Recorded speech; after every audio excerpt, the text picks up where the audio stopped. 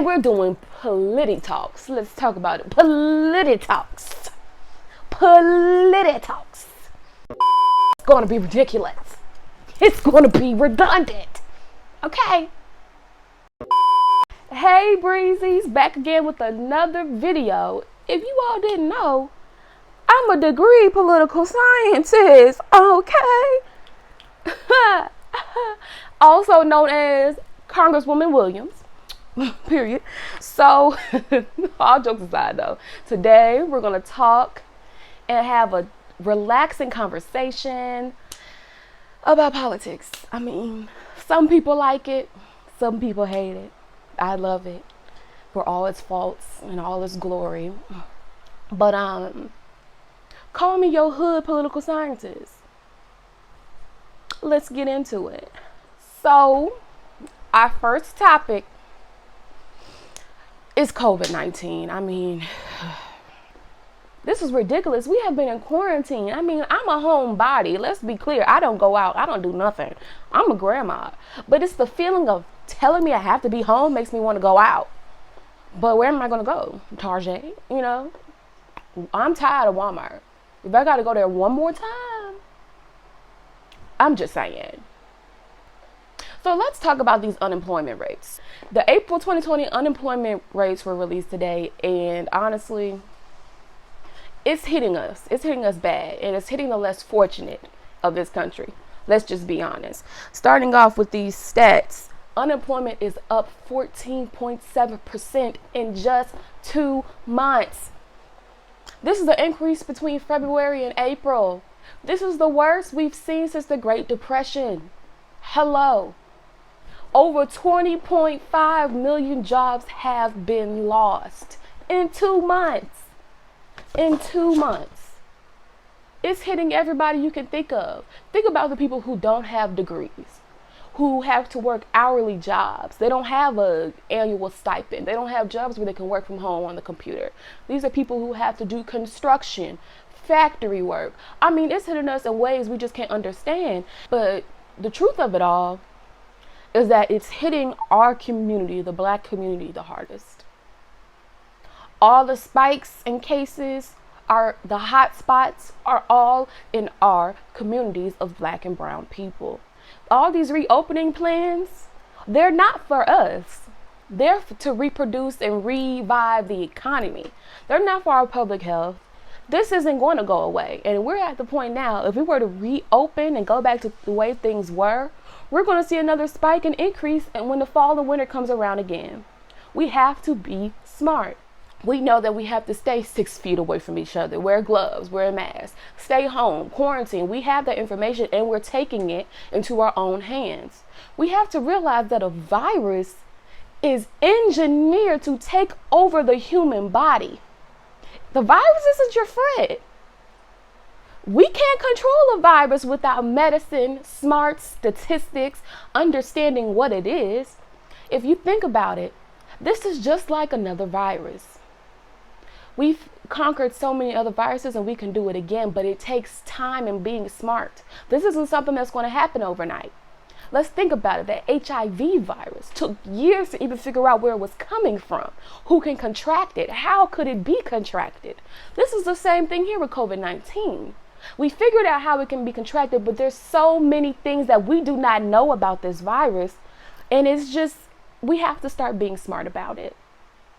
All right, now we're going to talk about a big push button topic.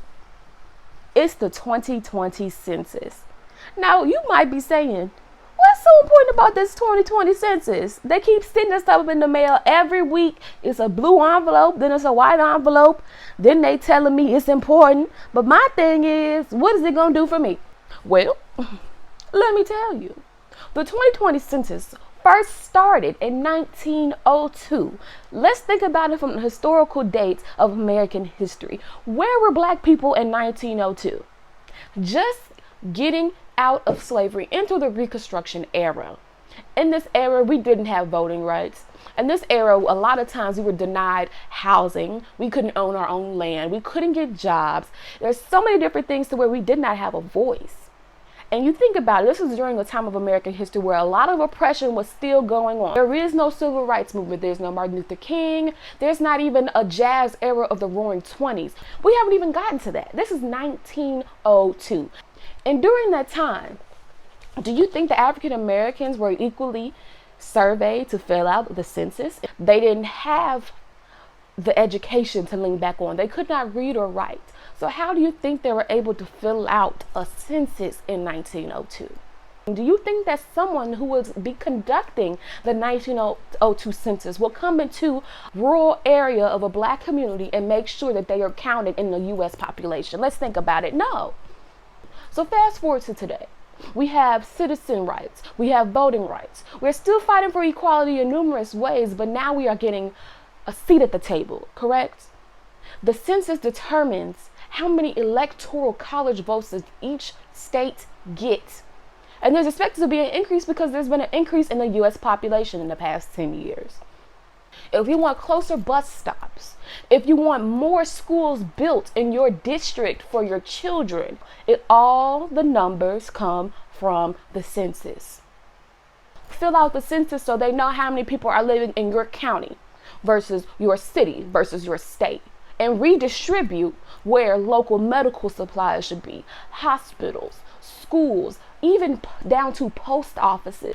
How many people are actually in America? This is how you figure it out. All right, so we're going to talk about my last topic. Political awareness, y'all. Point blank period. We have to be involved. Knowledge is power. We have to educate ourselves. Click on the news. 10 minutes. Watch what's currently going on. Everything you see on social media, you have to go to Google and fact check. Let's be clear.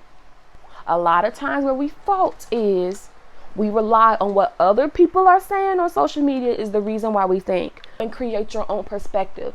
How do you create a perspective? Not by reading a tweet, by researching and getting the information on your own. But remember, I'm a political science. I'm just now onto this voting under political awareness, because this dude, you got to be politically aware when you vote. You got to vote. Our forever president, Barack, a lot of things he wasn't able to do because he didn't have the Congress that he needed to pull them through. Congress has the power. Who you put there votes on everything. That stimulus check of $1,200, that was your Congress who pulled that through. That was your Congress who voted on where the money was coming from. So we have power to put those people in Congress by doing what? Voting. Now you might say, hold on, because this last election, I voted and the popular vote didn't reflect the electoral college vote. Well, that goes back once again